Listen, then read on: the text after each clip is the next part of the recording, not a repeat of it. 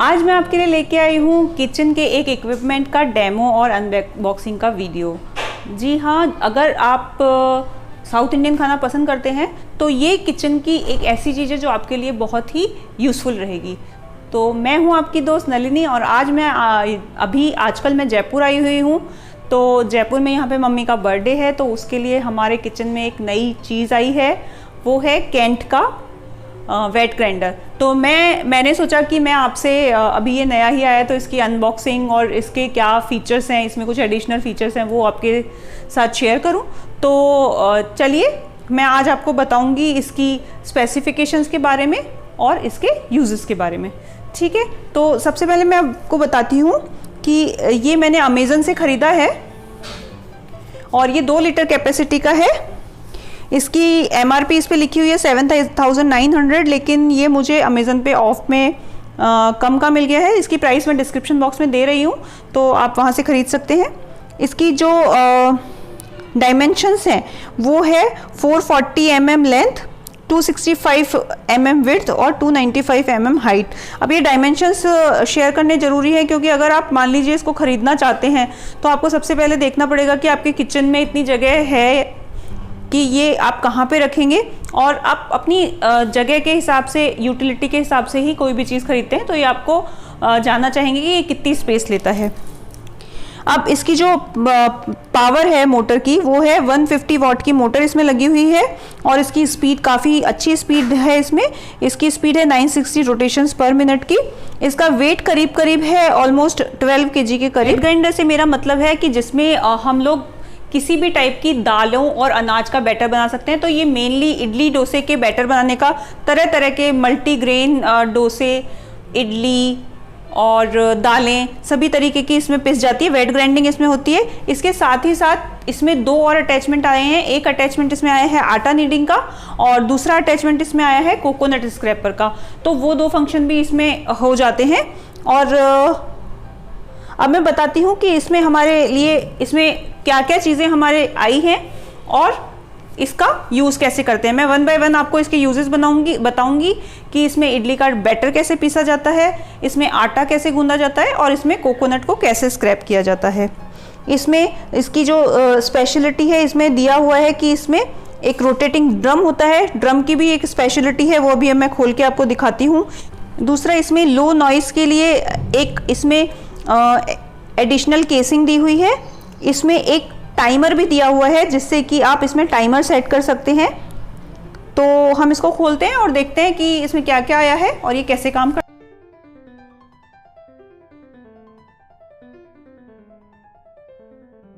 ये काफ़ी भारी है तो इसको उठाने में, निकालने में आपको थोड़ी सी मेहनत लगेगी।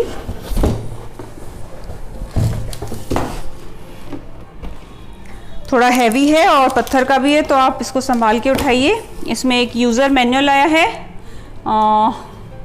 इसमें इसके सारे फीचर्स और वर्किंग दी हुई है। इसमें 1 साल की वारंटी भी आई है। तो देखिए ये यहाँ पे इसमें क्या क्या आया है। हम इसके सबसे पहले अटैचमेंट देखते हैं। इसमें ये क्लीन करने के लिए एक स्पैचुला आया है। ये हमारे कोकोनट स्क्रैपर के लिए आया है। ये वर्टिकल कोकोनट स्क्रैपर इसमें बन जाएगा। मैं आपको बताऊंगी इसका यूज़ करना। ये अटैचमेंट है आटा नीडिंग के लिए। ये दिया हुए हैं इसमें ग्राइंडिंग स्टोन। ये काफ़ी हैवी होते हैं। इसको एंटी क्लॉकवाइज डायरेक्शन में मूव करके इसको इस तरीके से ओपन करना पड़ता है और इसके बाद में इसको आप निकाल के सेपरेट कर सकते हैं। ये काफ़ी हैवी पत्थर से बना हुआ है। ये इसमें ड्रम दिया हुआ है। इसकी स्पेशलिटी ये होती है कि ये देख सकते हैं आपकी ड्रम पूरा स्टील का बना हुआ है। स्टेनलेस स्टील की बॉडी है, ये रस्ट फ्री रहती है। और यहाँ पे इसका जो बेस है ये हैवी स्टोन का बना हुआ है। ये हैवी स्टोन का बना हुआ होता है। इसको हमेशा ऐसे रखना होता है, उल्टा इसको नहीं रखना है। धोते टाइम भी ये आपको ध्यान रखना है और इसको केयर करना है। ये बहुत इजीली साफ़ हो जाता है पिसने के बाद में, तो इसको सीधा की सीधा आपको रख देना है। अब ये वाला जो वेट ग्राइंडर है, ये बाकी के वेट ग्राइंडर से इसमें ये फ़र्क है कि जो स्टील का ड्रम हमने निकाल के रखा, इसमें ये एक एडिशनल ये हमारे ये केसिंग दी हुई है यहाँ पे, जिसकी वजह से इसके दो बेनिफिट है कि इसकी वजह से, इस इक्विपमेंट की वजह से, एक तो इसका नॉइस रिडक्शन हो जाता है, और दूसरी बात कि जब ड्रम इसके अंदर रोटेट करता है तो ड्रम को हमारा हार्ड टच नहीं होता, तो सेफ्टी पर्पस से भी ये अच्छा है। बस इसका एक नेगेटिव पॉइंट अगर मैं देखती हूँ तो मुझे लगता है कि ये है कि इसकी वजह से इसका साइज़ और इंक्रीज़ हो गया है। ये यहाँ पे 2 लीटर कैपेसिटी का था और इसके बाद में इसका वेट और इसका साइज़ और बढ़ गया है। और इसमें क्या दिया हुआ है, यहाँ पे दिया हुआ है इसमें ऑन ऑफ का स्विच, ये ऑन ऑफ का स्विच दिया हुआ है, और यहाँ पे दिया हुआ है ये टाइमर। तो सपोज़ आपको 30 मिनट के लिए कोई टाइमर लगाना है तो आप इस तरीके से लगा के छोड़ दीजिए, तो ये 30 मिनट में अपने आप बाद में ये बंद हो जाएगा। तो अब इसकी वर्किंग समझते हैं। अभी ड्रम को इसके अंदर हम फिक्स करते हैं। ये अच्छे से फिक्स हुआ है नहीं, ऐसे आप रोटेट करके देख लीजिए। फिर ये जो ग्राइंडिंग स्टोन है इसको हम इसके अंदर फिक्स कर देते हैं।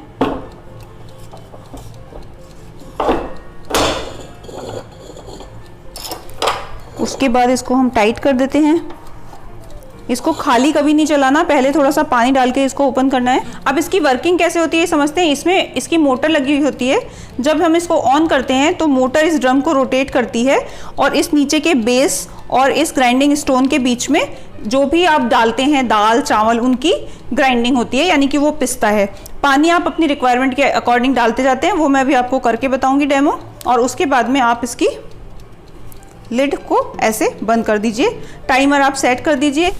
तो चलिए सबसे पहले इसके सारे अटैचमेंट 1 बाय 1 हम देखते हैं कैसे करते हैं। तो सबसे पहले हम लगाते हैं इसमें आटा नीडिंग का अटैचमेंट। तो ये ड्रम में से हमने ग्राइंडिंग स्टोन निकाल दिया और अब हम इसमें डालेंगे आटा नीडिंग इक्विपमेंट। इसमें हमने डाला इस तरीके से, इसको यहाँ पे ऊपर से अब टाइट कर देंगे हम। ये टाइट हो गया। अब इसमें करीब 350 ग्राम आटा एक साथ गूंथ सकते हैं, तो हमने आटा इसमें डालेंगे। अब इसमें हम डालते हैं पानी और स्विच हम करेंगे ऑन। अब पानी इसमें धीरे धीरे हम ऐड करते जाएंगे। आटे में नमक डालिए। इसमें कोई मसाले वाला आटा भी अगर आपको गूंथना है तो गूंथ सकते हैं, इसी स्टेज पे आप डाल सकते हैं।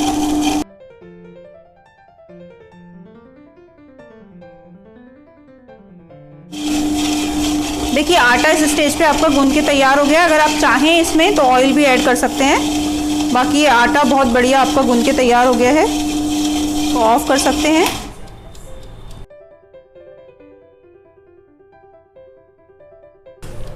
तो देखिए ये आपका आटा एकदम बढ़िया आटा गूंथ के तैयार हो गया और कोई आपके हाथ गंदे नहीं हुए, और ये भी आपका इवन इतना कुछ गंदा होता नहीं है इसमें।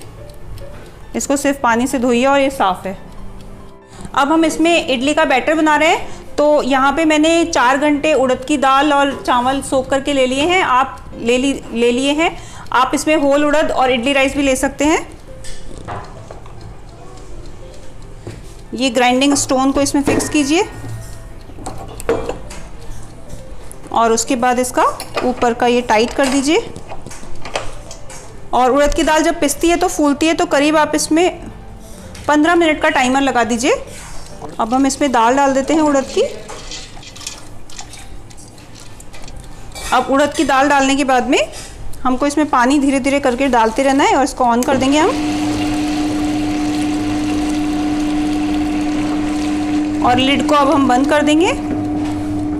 तो लिड को बंद करते ही आपने आवाज़ में डिफरेंस देखा होगा। तो ये फीचर इसीलिए दिया हुआ है कि ये आउटर जो इसकी केसिंग दी हुई है, इसकी वजह से इसका नॉइस इसका कम हो जाता है। और ऊपर से आपको यहाँ पे दिखता रहता है कि इसमें अगर पानी की और ज़रूरत हो तो आपको एक्स्ट्रा ऐड करना पड़ेगा। जैसे मैं यहाँ पे देख सकती हूँ कि अभी मुझे लग रहा है कि थोड़ा सा और गाढ़ा है, तो इस ढक्कन को आप खोलिए और इसमें थोड़ा थोड़ा करके आप पानी ऐड कर सकते हैं। अभी ये दाल फूलेगी और ये टाइमर जो है ये एग्जैक्टली आपका 15 मिनट का लगाया, तो 15 मिनट के बाद में ये बंद हो जाएगा। तो आप उस समय कंडीशन देख सकते हैं दाल की कि कितना फूल के अच्छा तैयार हो जाएगा ये। अभी ये उड़द दाल को पिसते हुए 15 मिनट हो गए हैं और टाइमर भी हमारा ऑलमोस्ट ख़त्म होने वाला है। बैटर हमारा काफ़ी फूल चुका है, मैं आपको दिखाती हूँ खोल के। ये देखिए, ये हमने जो दाल डाली थी वो एकदम ऊपर आ गई है और बैटर हमारा अच्छे से फूल गया है, क्योंकि इसमें एयर जाती है तो उससे ये बैटर हमारा फूल जाता है। ये देखिए, टाइमर से ऑटोमेटिकली ये ऑफ हो गया है अपने आप। अब हम इसको खोलेंगे और एक बार ये हम ग्राइंडिंग स्टोन्स को निकालेंगे।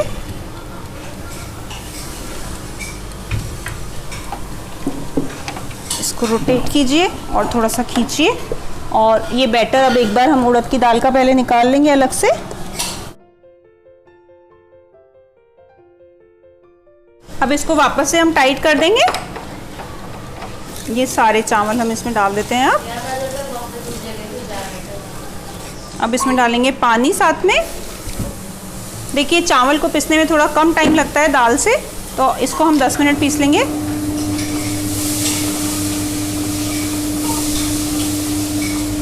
पानी आप अपनी ज़रूरत के हिसाब से बीच में डाल सकते हैं। ये हमारे देखिए चावल पिसते हुए ऑलमोस्ट 10 मिनट हो गए हैं और अच्छे से हमारे चावल पिस गए हैं, स्मूथ हो गए हैं। अभी हम इसको निकाल लेंगे ओपन करके। अब दाल और चावल का ये जो मिक्सचर है हमारा, इसको हम रात भर फर्मेंट होने के लिए रख देंगे और फिर सुबह देखेंगे तो ये अच्छे से फूल जाएगा। इसके लिए हमेशा ध्यान रखिए कि जो भी आप जिसमें आप निकाल रहे हैं बैटर, उसमें ऊपर स्पेस होनी चाहिए, क्योंकि ये बैटर फूल जाता है। मैंने भी अभी इस बाउल में निकाला है तो इसमें जगह कम है, ये और ज़्यादा फूलता है, ये करीब इतना फूल जाएगा। तो मैं भी अभी इस बैटर को निकाल के 2 अलग अलग बर्तनों में रखूँगी। तो आप भी ऐसा कीजिए कि स्पेस इसमें, मतलब इसमें चौथाई स्पेस इस बर्तन की खाली होनी चाहिए, ताकि ये अच्छे से बैटर फूल सके, क्योंकि इसमें बहुत अच्छे से एयर आती है और बहुत अच्छा बैटर पिसता है। इसका मेन पर्पज़ यही है, वेट ग्राइंडिंग करना। इडली डोसे के बैटर हैं, मल्टीपल दालों के बैटर है, पल्सेस के बैटर हैं, वो इसमें बहुत ही बढ़िया पिसते हैं और उनसे जो आपका बैटर बनता है उसमें फर्मेंटेशन भी बहुत ही आपका अच्छा होगा और फास्ट भी होगा। अब हम करते हैं कोकोनट को स्क्रैप। तो ये कोकोनट स्क्रैपर का अटैचमेंट इसमें हम फिट करेंगे और ये हम टाइमर ऑन कर देंगे यहाँ से। इसको इस तरीके से रखना है।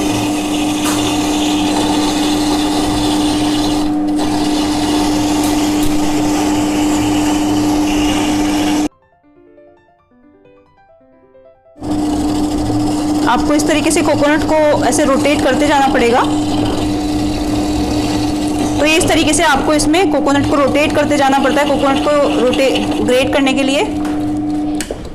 लेकिन मैं एक बात यहाँ पे बताना चाहूँगी कि मैंने इससे पहले मैनुअल वाले कोकोनट स्क्रैपर का भी वीडियो डाला है, जिसमें हाथ से आप रोटेट करके, और वो हॉरिजॉन्टल कोकोनट स्क्रैपर होता है। मुझे उसका यूज़ ज़्यादा बेहतर लगता है। अगर आप मेरे से कंपैरिजन पूछेंगे तो ये ऑटोमेटिक स्क्रैपर की जगह मैं आपको रिकमेंड करूँगी कि आप हैंड वाले कोकोनट स्क्रैपर का यूज़ कीजिए।